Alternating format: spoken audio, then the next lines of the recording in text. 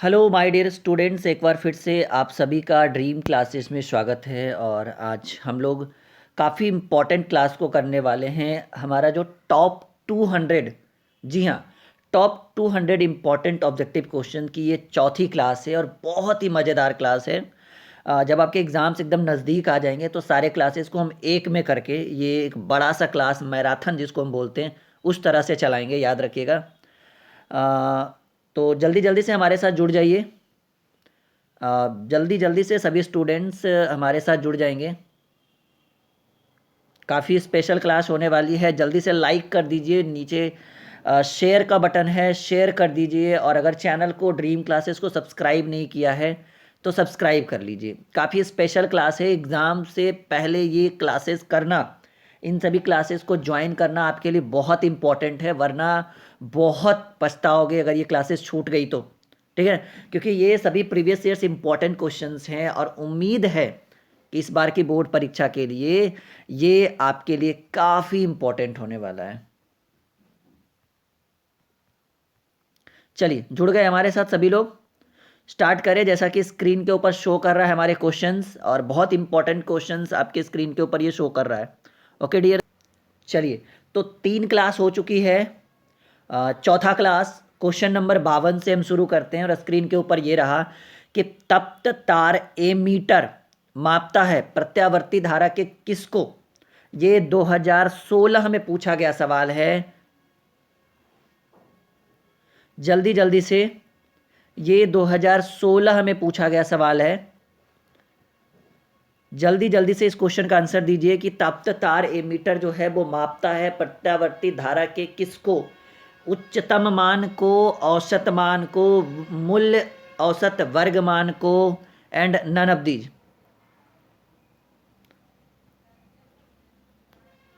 जल्दी जल्दी से इसका आंसर दीजिए। मैं देख पा रहा हूं कि काफी सारे बच्चे हमारे साथ जुड़ चुके हैं धीरे धीरे। जल्दी जल्दी से, जल्दी जल्दी से, चलिए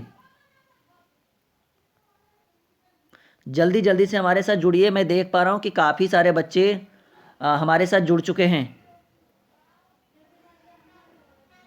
इसका आंसर दीजिए।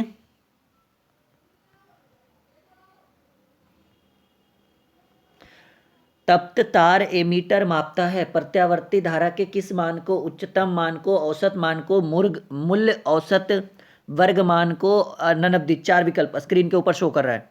जैसा कि ये 3 क्वेश्चन स्क्रीन के ऊपर शो कर रहा है। ये 2016 में पूछा गया था। तो चलिए इसका आंसर हम बताते हैं कि ये जो है वो आंसर होगा सी। ठीक है, ये जो आंसर हो गया, इसका करेक्ट आंसर हो गया सी की तप्त तार एमीटर मापता है मूल्य औसत वर्ग मान को। अगर अगर आपने अगर आपको ये क्वेश्चन नहीं पता है तो इसको अपनी कॉपी में जरूर नोट करिएगा।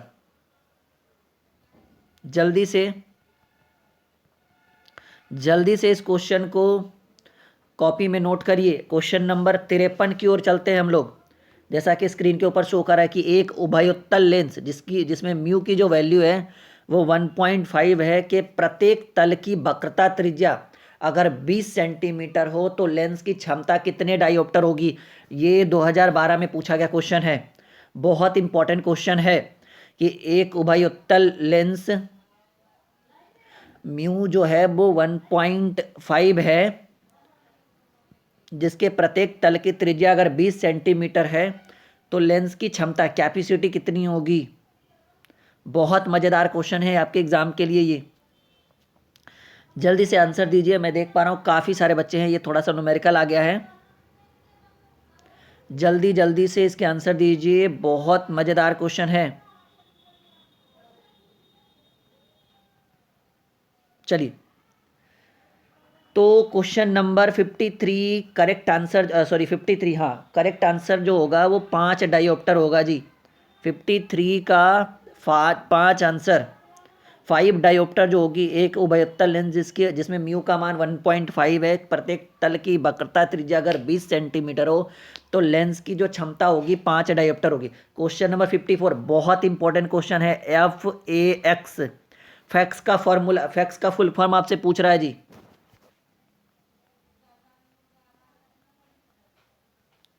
जल्दी से,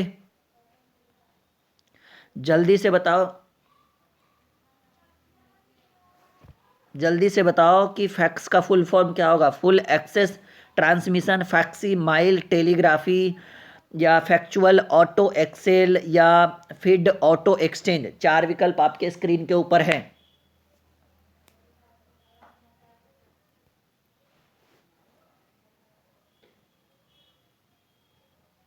फैक्स का अर्थ बताओ।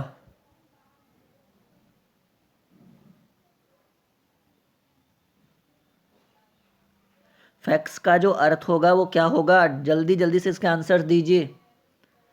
फैक्स का अर्थ full access transmission, facsimile telegraphy, factual auto exchange, जैसे करके चार विकल्प आपके स्क्रीन के ऊपर शो कर रहा है। जल्दी से इसके आंसर्स बता दो कि फैक्स का फुल फॉर्म। मैं देख पा रहा हूँ काफ़ी सारे बच्चे इसका आंसर दे रहे हैं, काफ़ी सारे बच्चे इसका आंसर दे रहे हैं। जल्दी जल्दी से आंसर दे बताइए।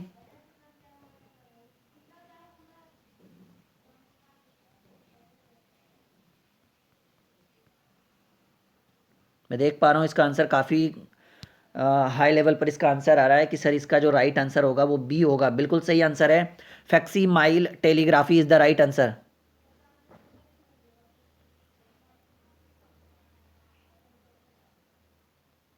ठीक है, facsimile telegraphy. Question number 54 का जो करेक्ट आंसर हो गया वो हमारा बी हो गया जी। 55 नंबर क्वेश्चन स्क्रीन पे रख रहे हैं। ये हमारी चौथी क्लास है टॉप 200 गेस ऑब्जेक्टिव क्वेश्चन की। जल्दी जल्दी से इसके आंसर्स दो। बहुत अच्छा क्वेश्चन सवाल आपके सामने रखा है कि समतल दर्पण की वक्रता त्रिज्या। प्रीवियस ईयर्स पूछा गया क्वेश्चन है, जैसा कि यहाँ पर तो 2011 ही है, लेकिन और भी शायद 16-17 में भी ये पूछा गया है। ठीक है, समतल दर्पण की वक्रता त्रिज्या जो होती है वो अनंत, शून्य, +5 सेंटीमीटर, -5 सेंटीमीटर। चार विकल्प स्क्रीन के ऊपर शो कर रहा है। समतल दर्पण की वक्रता त्रिज्या जो होती है वो कितनी होती है। समतल दर्पण की वक्रता त्रिज्या अनंत होगी, शून्य होगी, +5 सेंटीमीटर, -5 सेंटीमीटर। Question number 55। चार विकल्प आपके स्क्रीन के ऊपर शो कर रहा है। समतल दर्पण की वक्रता त्रिज्या जो होती है वो कितनी होती है। चार विकल्प 55 नंबर क्वेश्चन का जल्दी से आंसर दीजिएगा। समतल दर्पण की वक्रता त्रिज्या कितनी होती है। अनंत, शून्य, +5 सेंटीमीटर, -5 सेंटीमीटर। Question number 55। चलिए मैं इसका आंसर दूं। इसका जो राइट आंसर होगा वो समतल दर्पण की वक्रता त्रिज्या जो होती है वो अनंत होती है। ठीक है,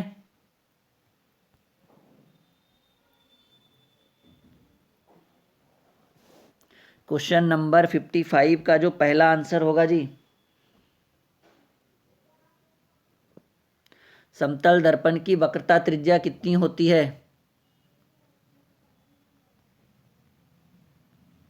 इसका आंसर क्या होगा, अनंत। चलिए क्वेश्चन नंबर 56 आपके स्क्रीन के ऊपर, आपके स्क्रीन के ऊपर शो कर रहा है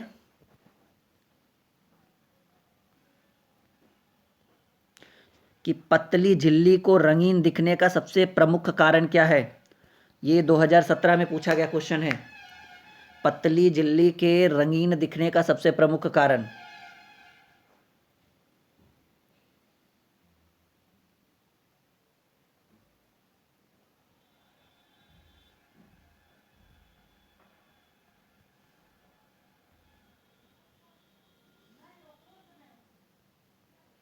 जल्दी से आंसर दीजिएगा।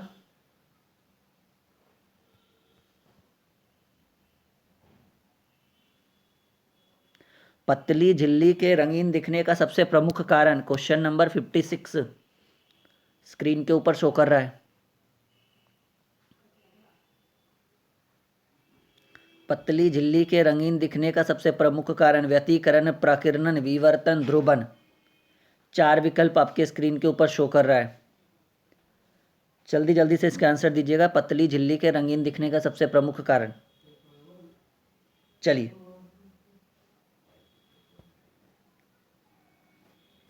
इसका जो आंसर होगा, चलिए तो इसका जो आंसर होगा पतली झिल्ली के रंगीन दिखने का कारण वो होगा प्रकाश का प्रकीर्णन। ठीक है, क्या होगा? ठीक है, इसका आंसर क्या होगा? इसका जो करेक्ट आंसर है, पतली झिल्ली के रंगीन दिखने का सबसे प्रमुख कारण प्रकीर्णन होगा। चलिए, क्वेश्चन नंबर 57 पर हम लोग आते हैं। और 57 नंबर क्वेश्चन भी बहुत इंपॉर्टेंट है आपके एग्ज़ाम के नज़रिए से देखा जाए कि आकाश तरंग का संचार किस पर आधारित है। 2009 और ये आपका 2018 दो बार पूछा गया क्वेश्चन है।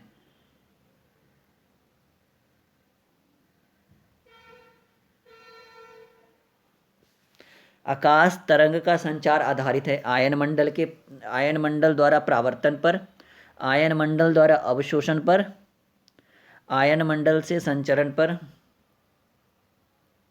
और चौथा विकल्प आपके ऊपर नन ऑफ दी। जल्दी से आंसर दीजिए।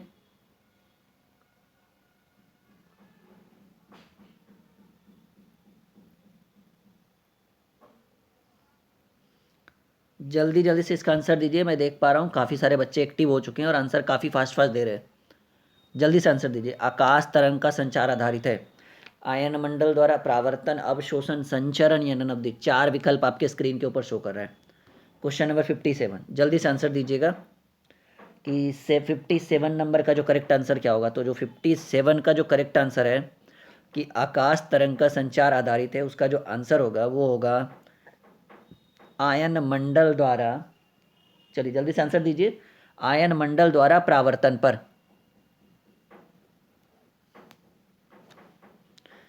जल्दी से इसके आंसर दीजिए। इसका जो करेक्ट आंसर, सॉरी, इसका जो आंसर हो गया आयन मंडल द्वारा परावर्तन पर। और क्वेश्चन नंबर 58 आपके स्क्रीन के ऊपर शो कर रहा है। 2017 में पूछा गया क्वेश्चन है। यानी NaND गेट के लिए बूलियन व्यंजक का मान क्या हुआ। देखिए, ये एक रिवीजन क्लास है आपके लिए, बहुत मज़ेदार क्लास है आपके लिए, समझ रहे ना। क्योंकि ऑब्जेक्टिव का जो वैल्यू है इस बार आपको पता ही है, बताने की जरूरत नहीं है। जल्दी से इसका आंसर दीजिए। जल्दी से इसके आंसर दीजिए कि इसका जो करेक्ट आंसर क्या होगा। NaND गेट का बूलियन व्यंजक क्या होगा। चार विकल्प है, A.B ऐसे कर करके चार विकल्प आपके स्क्रीन के ऊपर शो कर रहा है। जल्दी से किसी एक विकल्प का चयन करिए। जल्दी से इसका आंसर बताइए, क्या होगा इसका करेक्ट आंसर। NaND गेट के लिए बूलियन व्यंजक का जो मान होगा वो क्या होगा। चलिए मैं आंसर दूं, क्योंकि मैं देख पा रहा हूँ काफ़ी सारे आंसर्स आ चुके हैं और अब मुझे इसका आंसर बताना होगा कि NaND गेट के लिए बूलियन व्यंजक क्या होगा। Ready for the answer. अच्छा, नीचे लाइक का बटन है, दबा दीजिए एक बार सभी स्टूडेंट्स, एक बार लाइक का बटन और शेयर का भी बटन दबा दीजिए। लाइक एंड शेयर दबा दीजिए ताकि हम अगले क्वेश्चन की ओर आगे बढ़ सके और इसका आंसर भी बता सके। तो इसका जो करेक्ट आंसर होगा वो होगा ए। जी हाँ, ये आपका करेक्ट आंसर हो गया। 58 का जो करेक्ट आंसर हो गया, इसका जो 58 का जो करेक्ट आंसर हो गया वो हो गया ए। क्या हो गया हमारा, ए हमारा करेक्ट आंसर हो गया। NaND गेट के लिए बूलियन व्यंजक। ठीक है, चलिए अगला क्वेश्चन स्क्रीन के ऊपर रखते हैं। ये बहुत अच्छा क्वेश्चन है जी। मोबिलिटी की SI इकाई क्या होगी। एम्पियर गुने मीटर पर न्यूटन, सेकेंड पर मीटर, मीटर पर सेकेंड इंटू एम्पियर या नन ऑफ दीज। ये चार विकल्प आपके स्क्रीन के ऊपर शो कर रहा है।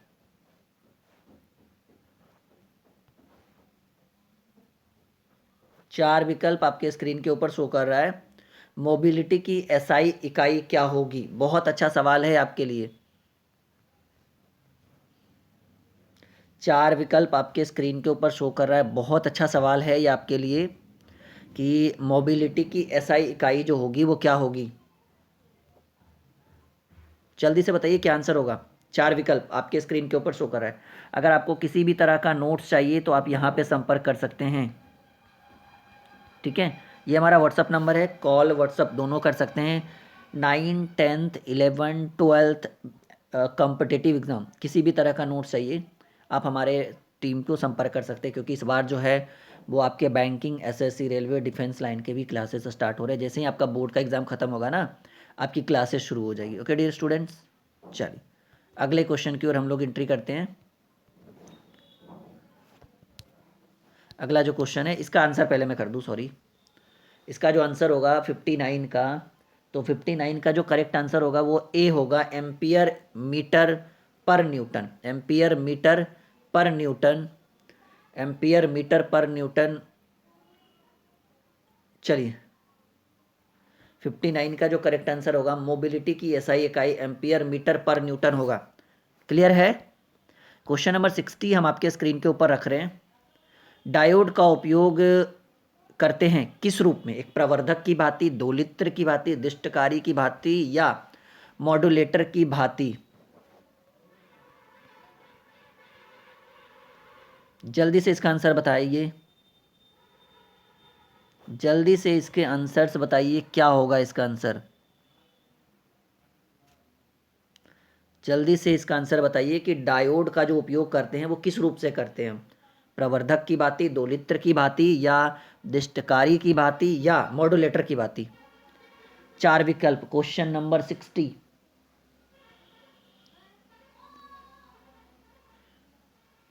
जल्दी से बताइए कि डायोड का उपयोग जो है वो हम करते हैं किस रूप से?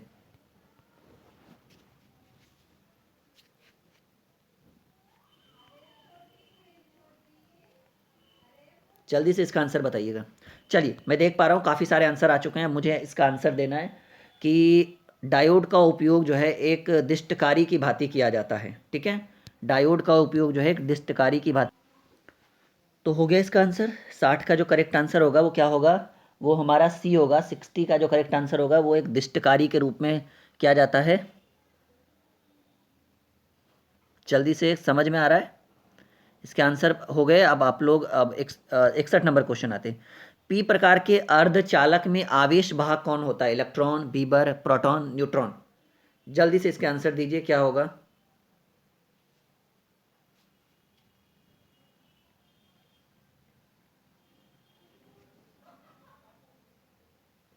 जल्दी से इसके आंसर दीजिए। पी प्रकार के अर्धचालक में जो आवेश वाहक होंगे वो कौन होंगे? इलेक्ट्रॉन, बीबर, प्रोटॉन या न्यूट्रॉन? 4 विकल्प आपके स्क्रीन के ऊपर शो कर रहा है जी। 4 विकल्प आपके स्क्रीन के ऊपर शो कर रहा है कि पी प्रकार के अर्धचालक में जो आवेश वाहक होंगे वो क्या होंगे? चलिए, तो इसका जो करेक्ट आंसर होगा 61 का, वो जो करेक्ट आंसर होगा वो होगा बीबर। पी प्रकार के अर्धचालक में आवेश वाहक जो होंगे वो बीबर होंगे। ठीक है, पी प्रकार के अर्धचालक में आवेश वाहक जो होंगे वो बीबर होंगे। चलिए क्वेश्चन नंबर 62।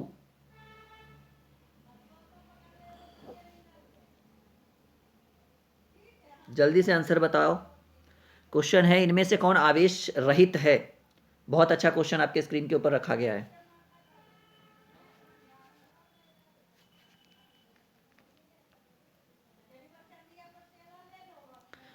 इनमें से कौन आवेश रहित है? अल्फा, बीटा, फोटॉन या प्रोटॉन? इनमें से कौन आवेश रहित है आपके स्क्रीन के ऊपर शो कर रहा है। बहुत अच्छा सवाल आपके स्क्रीन पे रखा हुआ है। इनमें से कौन आवेश रहित है जी? आवेश रहित, अल्फा, बीटा, फोटॉन, प्रोटॉन?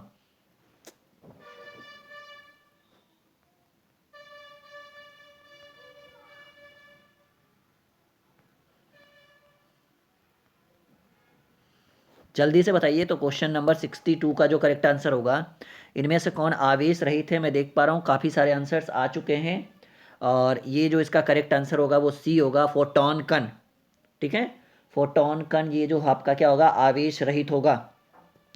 चलिए क्वेश्चन नंबर 63 की ओर आते हैं।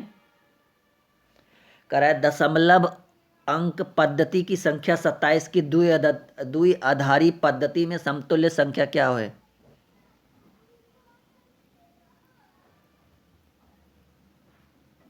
जल्दी से इसके आंसर दीजिए, करेक्ट आंसर क्या होगा? दशमलव अंक पद्धति की संख्या 27 की द्विआधारी पद्धति में समतुल्य संख्या क्या होगी? जल्दी से इसका आंसर दो। चलिए जल्दी से आंसर दीजिए, क्या होगा इसका जी करेक्ट आंसर? Question number 63। तो ये काफ़ी बार मैंने टेस्ट में मैं पूछ चुका हूँ बच्चों को। ठीक है, तो इसका जो करेक्ट आंसर होगा 63 का वो है 11011।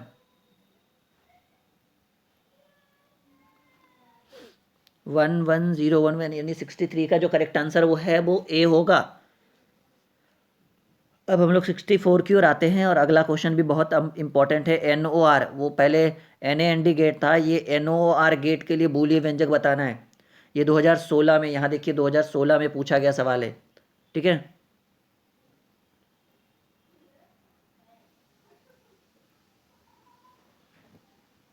जल्दी से आंसर दीजिए क्या होगा।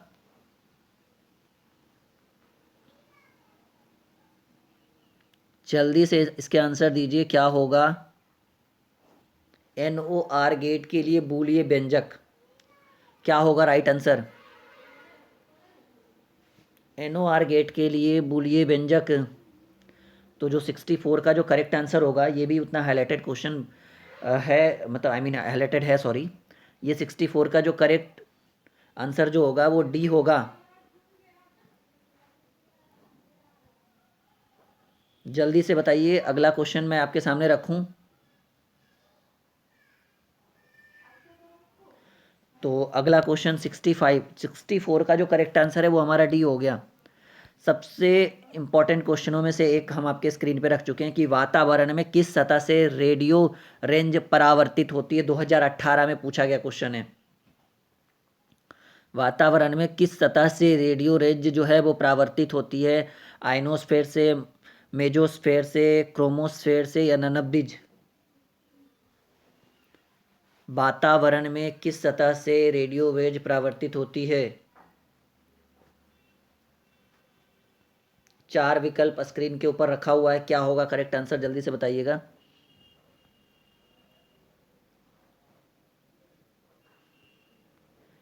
जल्दी से बताइए इसका करेक्ट आंसर क्या होगा कि वातावरण में किस सतह से रेडियो वेव प्रभावित होती है या परावर्तित होती है।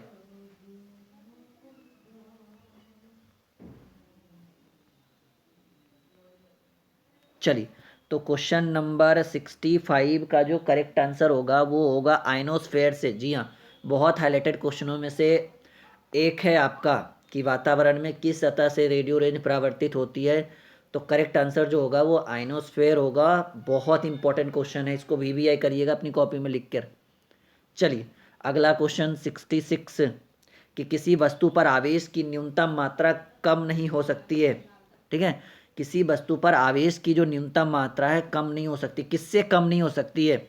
1.6 इंटू 10⁻⁻19 कूलाम से, 3.2 इंटू 10⁻⁻19 कूलाम से, या 4.8 इंटू 10⁻⁻19 कूलाम से, या 1 कूलाम से। 4 विकल्प आपके स्क्रीन के ऊपर शो कर रहा है। चलिए, 4 विकल्प, क्वेश्चन नंबर 66, 4 विकल्प आपके स्क्रीन के ऊपर शो कर रहा है कि किसी वस्तु पर आवेश की जो न्यूनतम वैल्यू है वो कम नहीं हो सकती। जल्दी से बताइएगा।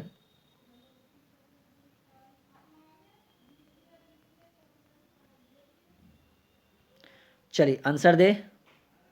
चलिए, अब इसका जो करेक्ट आंसर होगा वो 66 हो गया ना। तो 66 का जो करेक्ट आंसर होगा वो ए होगा। 1.6 इंटू 10⁻⁻19 कूलाम से जो है इसकी वैल्यू कम नहीं होगी। ठीक है, 1.6 इंटू 10⁻⁻19 कूलाम।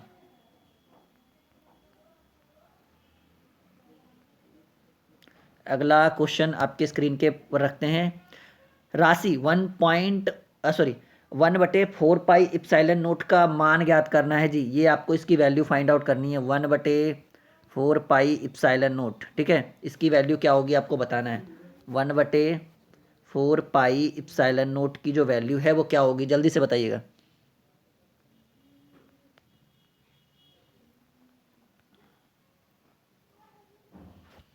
जल्दी से बताइएगा इसका जो करेक्ट आंसर है वो क्या होगा।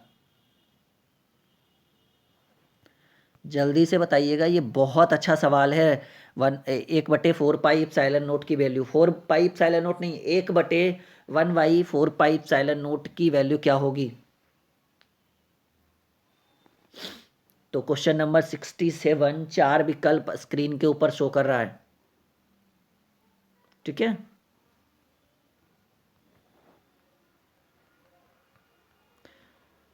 मैं देख पा रहा हूँ काफ़ी सारे बच्चे दे रहे हैं आंसर।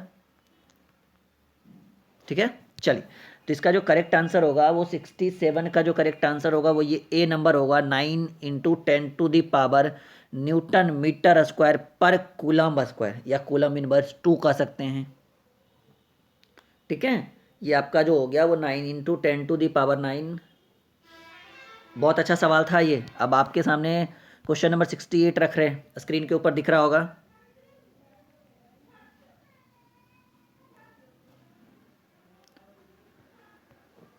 चलिए, अगला सवाल रखिए आपके स्क्रीन के ऊपर। क्वेश्चन है कि यदि दो आवेशों की मूल्य बिंदु से दूरी बढ़ा दी जाए तो आवेश के बीच विद्युतीय बल जो है वो क्या होगा? बहुत अच्छा सवाल है ये आपका।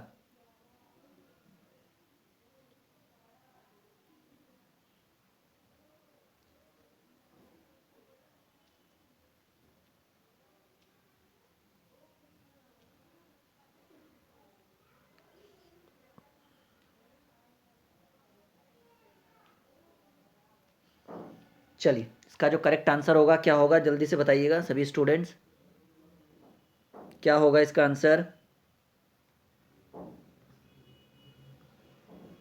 मैं देख पा रहा हूँ काफ़ी सारे बच्चे दे रहे हैं इसका आंसर। तो 68 का जो राइट आंसर होगा डियर स्टूडेंट, वो होगा आपका, बहुत अच्छा सवाल था ये होगा कि बढ़ सकता है या घट सकता है, ये दोनों हो सकता है। ठीक है, क्लियर हो गया सभी को?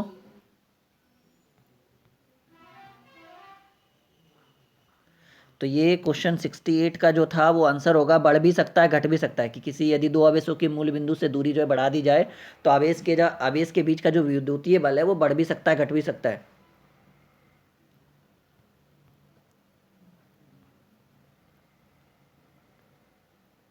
चलिए, अगला सवाल क्वेश्चन नंबर 69 आपके स्क्रीन के ऊपर रखा हुआ है कि यदि किसी दूरी पर अवस्थित दो आवेशित कण के बीच विद्युतीय बल F है तो उनके बीच की दूरी आधी कर दी जाए तो विद्युतीय बल F का जो मान होगा वो कितना हो जाएगा? नहीं सॉरी, विद्युतीय बल का जो मान होगा वो कितना हो जाएगा?